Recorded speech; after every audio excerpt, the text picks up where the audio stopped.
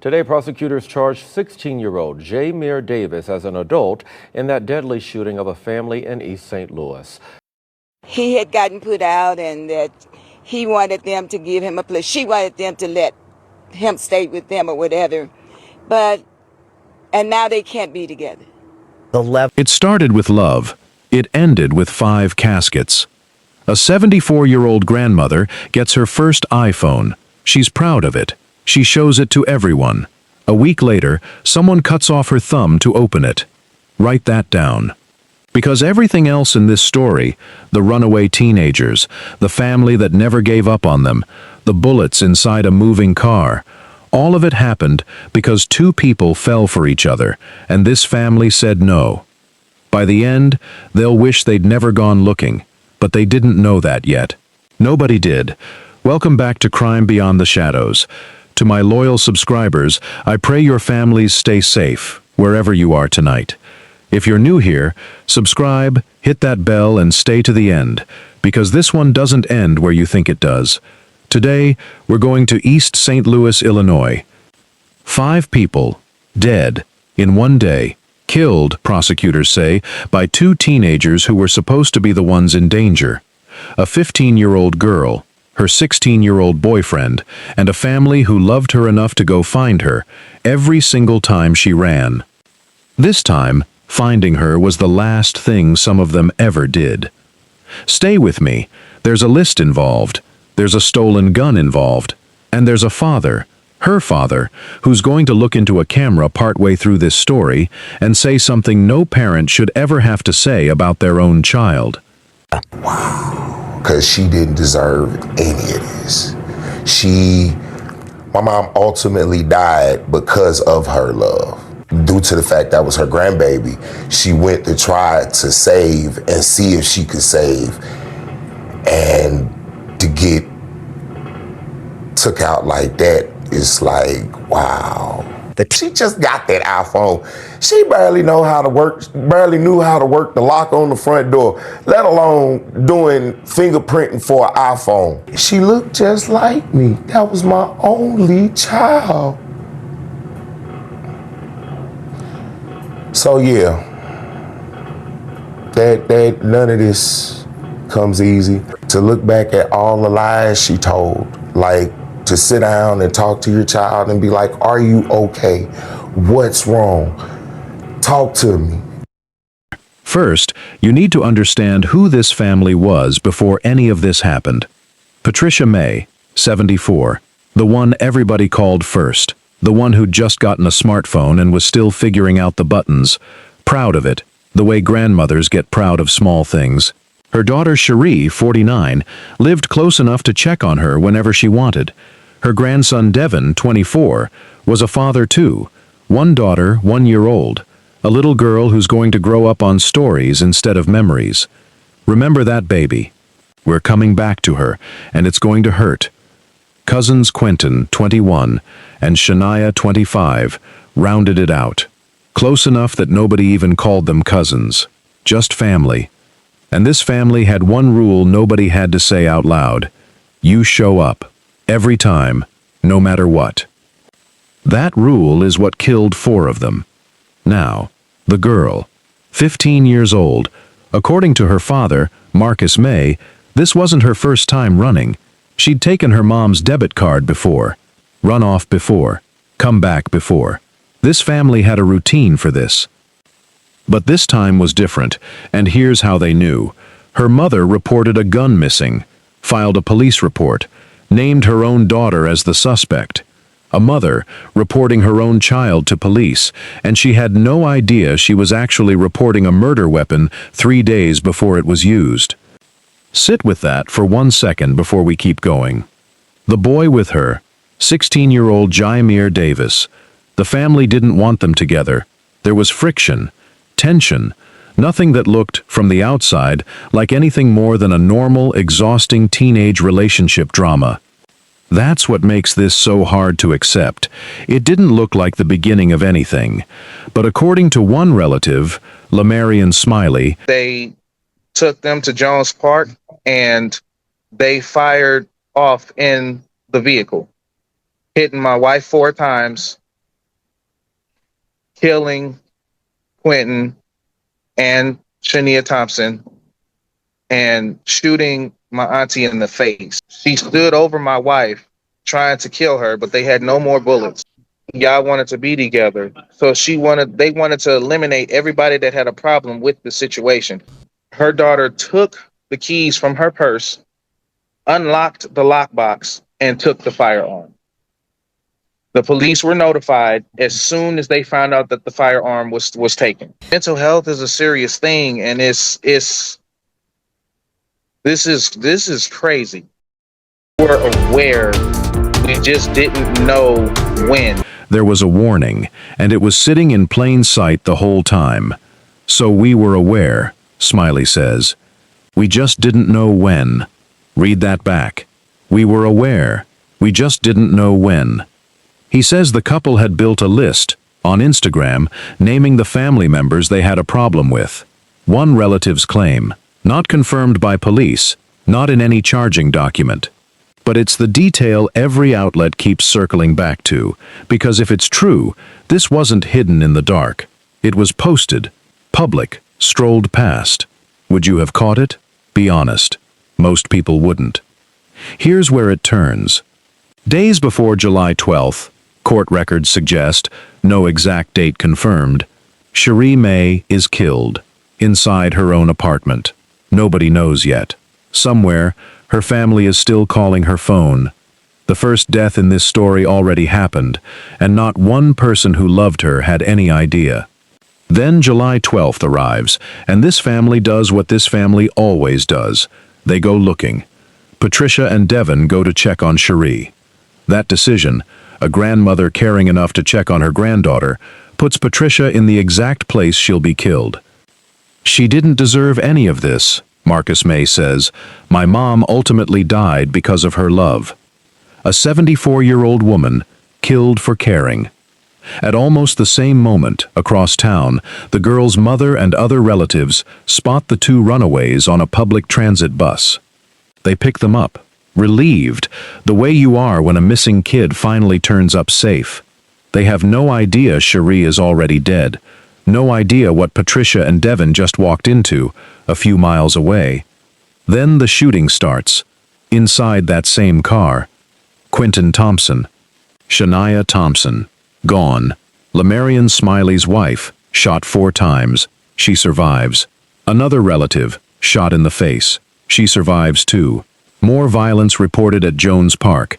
The exact order still shifts depending on who's telling it, because there was never one clean official timeline. Just pieces gathered from people who were burying their own family while trying to explain it to reporters at the same time.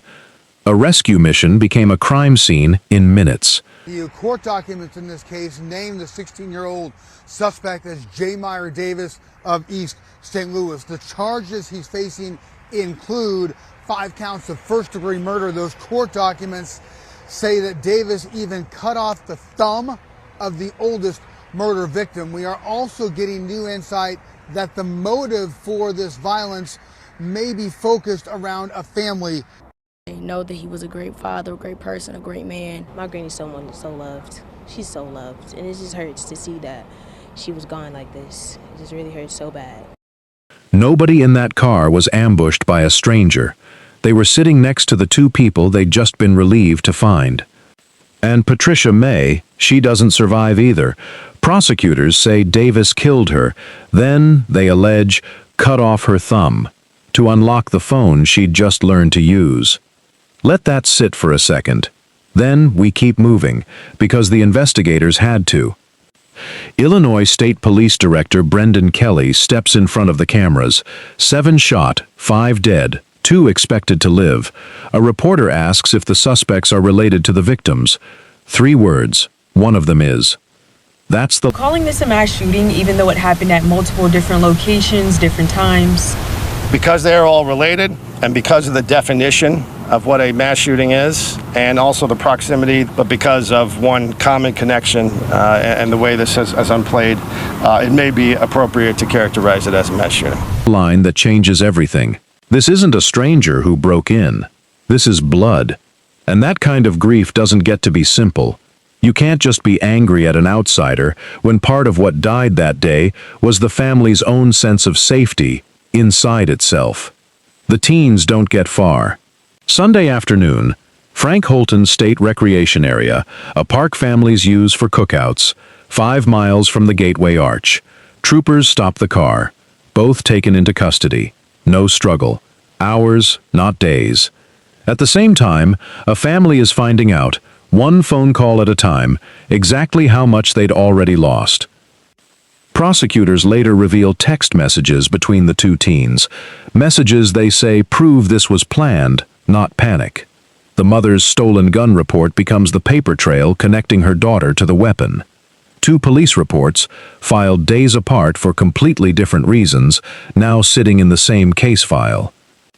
Davis charged as an adult, 12 counts, 5 counts of first-degree murder, dismembering a body, attempted murder, aggravated vehicular hijacking, held without release, public defender appointed. 12 counts isn't one moment of violence, it's a sequence. Decision, then another, each one with a name attached. The 15-year-old's case moves differently. Juvenile petition, not direct charges, but prosecutors have already said they'll push to try her as an adult, same as her boyfriend. That's not automatic. A judge decides, which means this family isn't just grieving, they're still waiting. No trial date yet, no verdict. This case is still moving, right now, as you watch this. Here's what's left behind. A family planning 5 funerals at once. No word tonight on possible charges as the Illinois State Police tell me this is an ongoing investigation. Now, if you would like to help these families, there are 2 GoFundMe set up, one to help the family's burial costs and also a trust fund for Devin's 1-year-old daughter. You can find all that information in this app, in this story at ksdk.com. Live in East St. Louis tonight, Melanie Johnson, 5 on your side. A GoFundMe for burial costs and a trust for Devin's 1-year-old daughter, the baby I told you to remember. She'll grow up on photographs instead of memories. Last check, the fund had raised about half its $6,000 goal. Half, for 5 lives. And Marcus May. One phone call took his mother, his sister, his nephew. The person accused of taking them from him is his only child. He's not asking anyone for sympathy on her behalf. He's said it over and over. Because she didn't deserve any of this. My mom ultimately died because of her love. To every reporter who asks the same question a softer way, hoping for a different answer. There isn't one. She chose to do this, he says. No stipulation. Everybody had a choice. She went to try to save and see if she could save. And to get took out like that is like, wow. The teens allegedly cut off Grandma's thumb so they could access her iPhone. Oh, mind you, my mom was 70-something years old. She just got that iPhone. She barely knew how to work the lock on the front door, let alone doing fingerprinting for an iPhone. She looked just like me. That was my only child.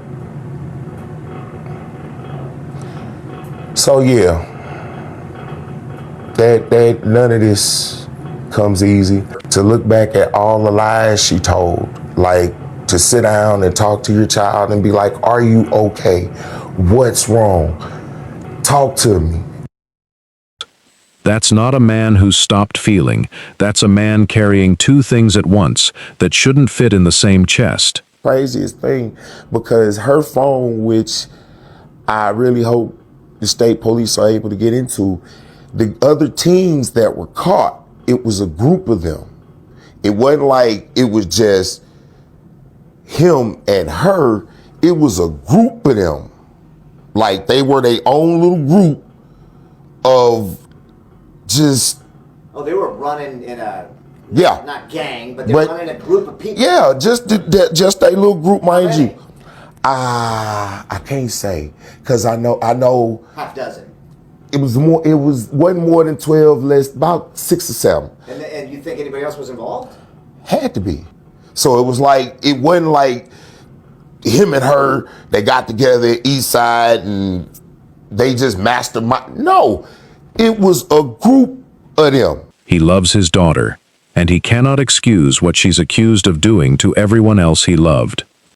Here's the part that should stay with you longer than any of the details. This family's whole identity was built on one instinct: you show up, no matter what. That instinct is the reason 4 of them ended up in exactly the wrong place, at exactly the wrong time. Love is what got them killed. Sit with that. It's not supposed to make sense, and it doesn't. There's a version of this story where showing up saves lives. This is the version where it cost them everything instead. Both are true, about the same family, in the same 24 hours. That's the part nobody who's followed this case has been able to let go of. No trial date, no full explanation yet of what actually drove 2 teenagers to plan this, if we ever get one. We're watching for that transfer hearing, for whatever's really inside those text messages. When something changes, you hear it here first.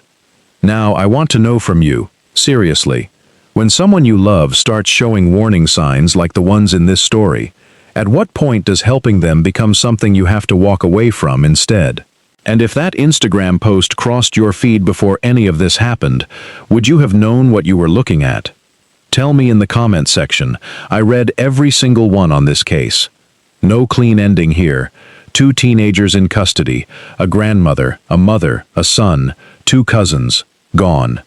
A 1-year-old girl who'll spend her whole childhood asking questions her family will spend years trying to answer honestly, and a courtroom in St. Clair County that still has to decide what happens to a father who's already told the world exactly where he stands on his own daughter. If this one stayed with you, subscribe, hit that bell. We're following this one as it moves, and we've already got the next case waiting. The truth will always come to light. Crime beyond the shadows.